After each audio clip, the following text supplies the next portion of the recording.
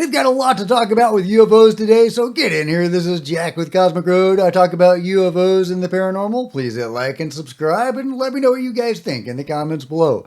Yeah, UFO disclosure is coming. It's imminent. It's almost here. It's going to be here in the next couple of days, according to Dr. Stephen Greer.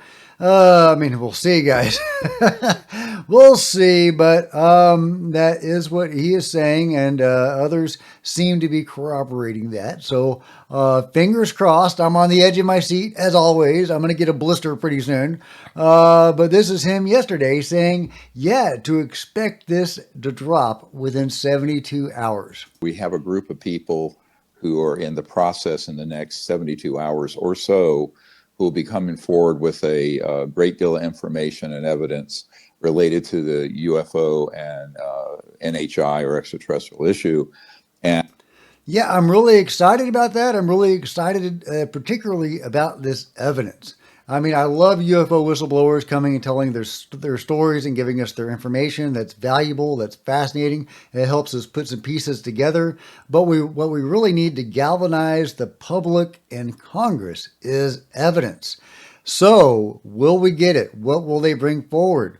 Now, I reported previously about comments by Michael Herrera saying that he and people like Randy Anderson have gone through the DC gamut. You know, they've done the whole DC thing, going through Arrow and the various agencies and so on. And Jeremy Corbell has talked about bringing whistleblowers into meetings and so on. So, we can hope that there's some official backing behind this or acceptance of this, and that we'll get some official recognition of this, and maybe even some progress. Maybe it'll move the needle. If nothing else, maybe it'll galvanize the public and we can put pressure on Congress to move the needle. Either way, I'm starting to really get excited about this, cautiously. But we'll see. Let me know what your take is on that, what your temperature is on all of that. But I'm starting to get pumped for Friday or this weekend, whenever this is going to drop. Meanwhile, Stephen Greer is also saying the Tesla bomber is in no way related to the whistleblowers that he is in communication with. for example, the suicide bomber who blew up the Tesla truck at the Trump building on New Year's Day, he wrote a manifesto referring to gravitic propulsion systems, meaning anti-gravity, all the stuff this group is going to bring out. And so everyone thinks that guy was one of our guys. He's not. He had no relation. In fact, no one in my... No relation. So yeah, not part of Greer's operation at all, or I shouldn't call it his operation. He's, an avenue for this information for these whistleblowers to come forward, but it's not his information, it's theirs. And yeah, I like I say, on the edge of my seat, things are about to get spicy, guys, as always. I've got my antacids in the bottle right next to me. I'm ready to go. I'm a Texan. I like it spicy. Let's get it going, guys. Meanwhile, Canada has released its first UFO report in decades. A new report on UFOs reveals what the Canadian government's top scientist thinks about UFO sightings and the way they're handled. The first of its kind in Canada in decades, the highly anticipated report makes several bold recommendations, including that cases should be officially investigated in the country. Canada, it concludes, ought to follow the lead of countries like the U.S. and create a dedicated service to study sightings of unidentified objects and lights in our skies. The recommendations are part of a preliminary report from the Sky Canada Project, which was launched in 2022 by the Office of the Chief Science Advisor of Canada to investigate how UFO sightings are handled in the country. It is the first known Canadian government UFO research effort in 30 years. So I think that's really interesting that the chief scientist is saying that a dedicated service needs to be created to investigate this stuff. I think that's really encouraging. If the U.S. won't create a select committee or a review board or a UFO czar, and hopefully it will do one or all of those things, maybe other countries can take up the baton and get some of this stuff done. Of course, the UFO control group seems to be multinational. There are different groups doing different things, but it does seem like the U.S. is kind of leading the way and has been, leading the way for a while and forcing other countries into silence that may be wanting to come forward. So will that be Canada? Maybe it'll be Australia. Ross Goldart is saying that Sky Canada report recommends Canada follow the lead of countries like the U.S. and create a dedicated service to study UAPs. Well, I hope it doesn't follow the lead of the U.S. I hope their dedicated service isn't Arrow or something like that. But he says, my country, Australia, wasn't consulted, but the pressure on Australia to heed this finding and resume UAP reporting will be inevitable. Change is coming. So he foresees a day when Australia will be more open about this and will push things forward. And I hope they do. I would love for that to happen, and I know you guys would too. Meanwhile, about the mystery drones over the White House, well, Marjorie Taylor Greene is now saying she wants hearings because of this. I was flying into Washington from West Palm Beach yesterday afternoon, and we're approaching into Washington, D.C., making our way to land at DCA. And the pilot comes on, and he says that he's having to reroute and come in and land from another direction due to unauthorized drones over the White House. I mean, you talk about shocked. Everybody was looking around like, what? Did we actually hear the pilot say that? I immediately sent a message to Homeland. We've got to have a hearing on this. We need to investigate this. We need answers immediately. Yeah, so she's pushing for a hearing on this, and absolutely. I mean, if there's UFOs over the White House, Congress should get involved, right? I love that she's pushing this forward. A lot of people don't like her, say, that she has said crazy things in the past, and maybe she has, but she's not wrong on this. Congress absolutely should be galvanized over the UFO issue.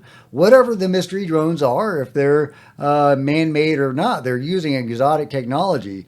One way or another, this is UFO disclosure, whether it's directly alien or alien, reverse engineered vehicles of some sort. This is exotic anomalous technology. So yeah, let's get Congress involved. Let's get them galvanized. If this is what it takes to get them galvanized, then bring it on. Let's get some hearings. Into Washington. Let's get some hearings, guys. But they've always been here. The beings have always been here. As Stargate Voyager says, check out these bizarre pictographs from Utah's Barrier Canyon panel that are guesstimated to be as old as 4,000 years. Notice the insectoid figure that appears to be shooting something from its hands. And what's happening in the main scene where one of the entities looks to be inserting something into something. Okay, well, let's go over the mantis being or the insectoid being that's shooting something. Looks like it's at war with an armadillo. Yeah, you heard it here first, guys. On Cosmic Road, the mantis people were at war with prehistoric armadillos. Breaking news.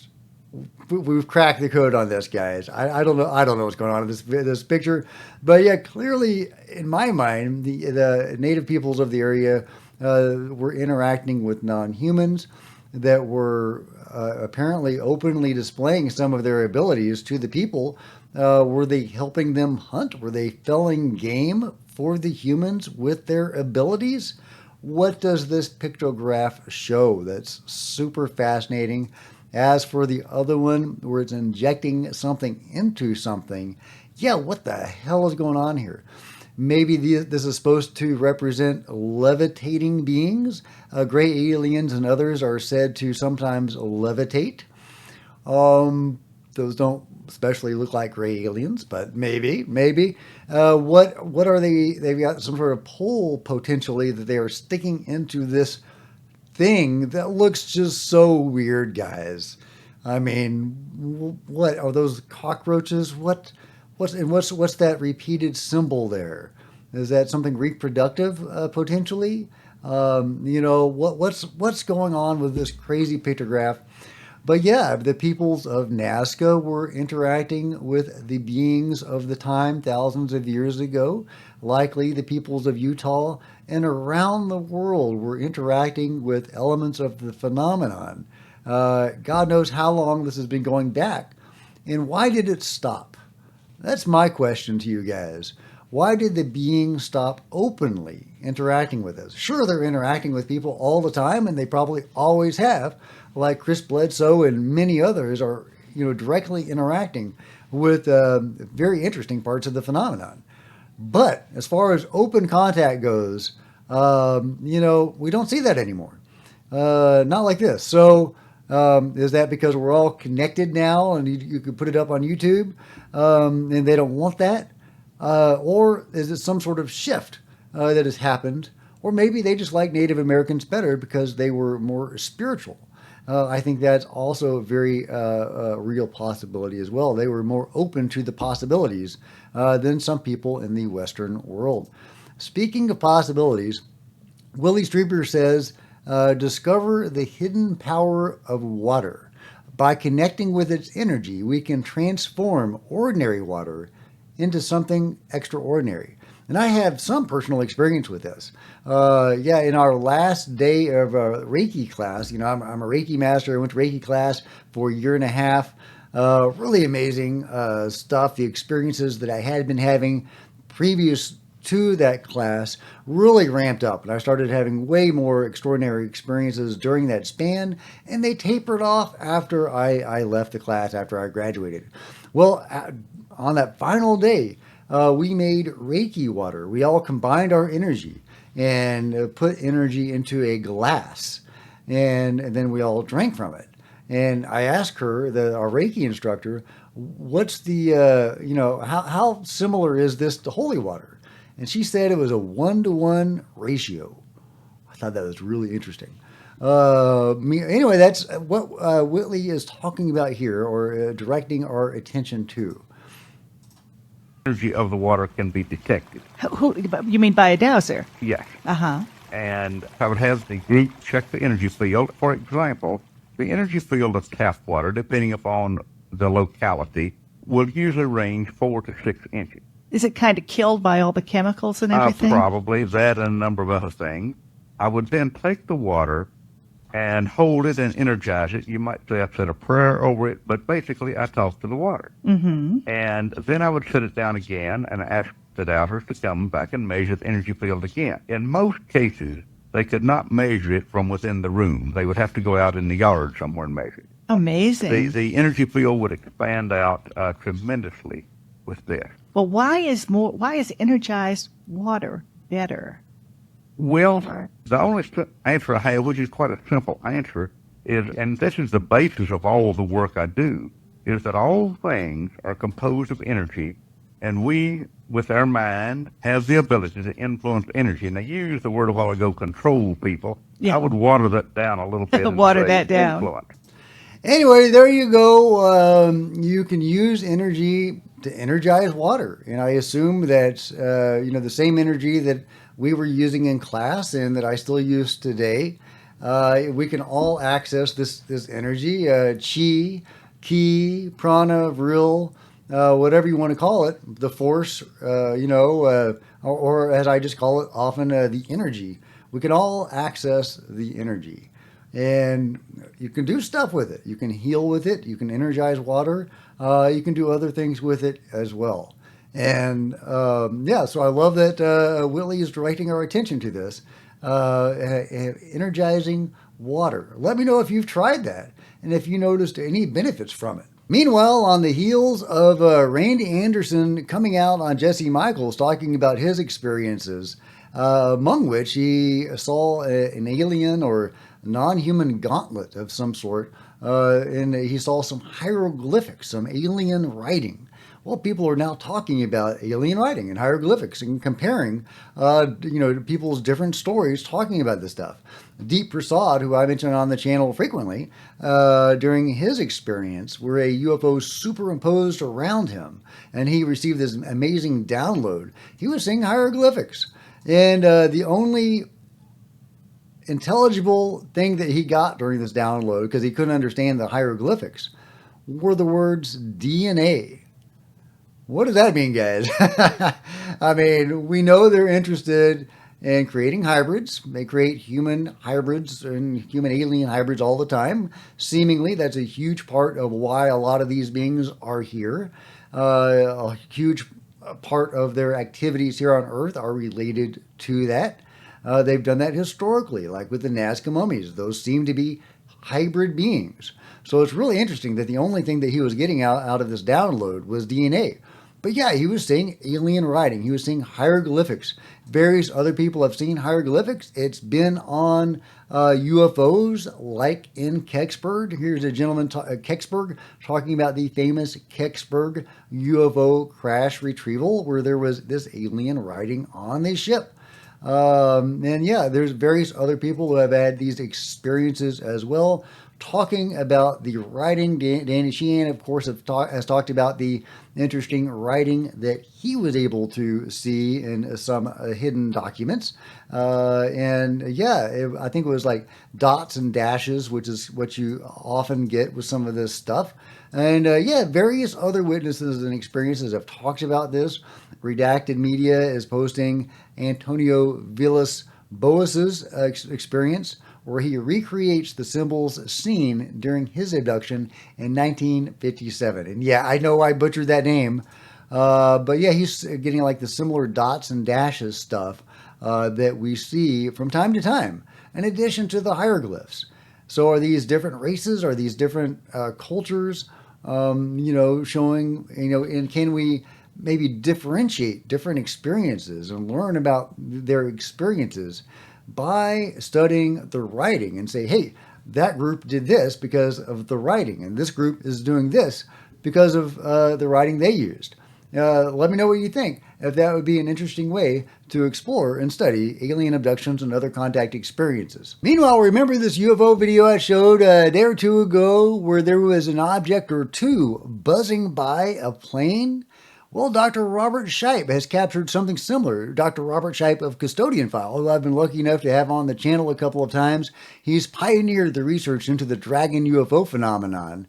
Well, he captured something very similar with this object or objects buzzing by the helicopter, where you can see these twinned objects buzzing this helicopter. A great sighting from Robert. Everybody should go check out his channel, Custodian File, where he has probably hundreds or thousands, I don't know how many, but he's got a lot of videos of dragon UFOs. Meanwhile, Representative Eric Burleson told Matt Laszlo at Askapol Speaker's office turned the Select UAP Committee idea down. Well, that's a bummer, guys. Not a surprise, but that is too bad. Askapol asks, it seems like we don't know what's in American skies. Burleson said, yeah. Matt Laszlo asked, right? So, like, to me, that's where there's an overlap in the drone and UAP issues. I mean, how can we know anything up there? Yeah, Burleson says there was talk of there being a select UAP committee that could investigate what happened with the drones in New Jersey. It could shed light on things like this. And apparently the Speaker's office turned that idea down. Oh, really? They turned down that idea of giving us a select UAP committee. I've heard that they may allow a task force, which is basically a neutered committee.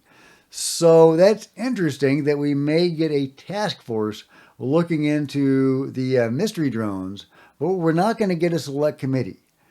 Why is that, guys? Let me know what you think. Meanwhile, Chris Mellon is admitting that there may be some anomalous elements to the mystery drones. And I'm really glad to see this because he's previously talked about how, the drone phenomenon could be a danger, which of course it could be.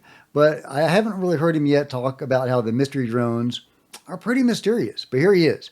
Christopher Mellon, I share the skepticism expressed by retired Air Combat Leader General Kelly in the FAA official quoted in this article that not all of the drones reported recently are simply misidentified conventional aircraft or recreational vehicles. regardless, and then he goes into the regardless. But the point is that he says he does share the skepticism that these are conventional vehicles or that the whole phenomenon of the mystery drones can be explained by conventional means. And to me, that's progress. Last but not least, Jason Sands says it's just a puppy wagging its tail. But don't you feel better? I do feel better. Let me know what you think about this amazing puppy presented to us by UFO whistleblower Jason Sands and everything else covered today in the comments below. And if you've enjoyed this video, please give me a big thumbs up. I'd sure appreciate it. Smash the like button and the subscribe button. And of course, the bell to be notified of future videos. You don't want to miss a thing. Join me on social media. There's Facebook and Twitter links below. Love to see you guys there. If you want to support Cosmic Road in a bigger way, consider grabbing a coffee mug or a t-shirt in the merch store below, or by becoming a channel member. Channel members are rock stars, and I really appreciate you guys' support. Thank you so much. Also, channel members frequently get to see videos hours ahead of everybody else. Meanwhile, there are plenty of other videos on the channel, and I'll see you guys next time. This is Jack with Cosmic Road, signing out.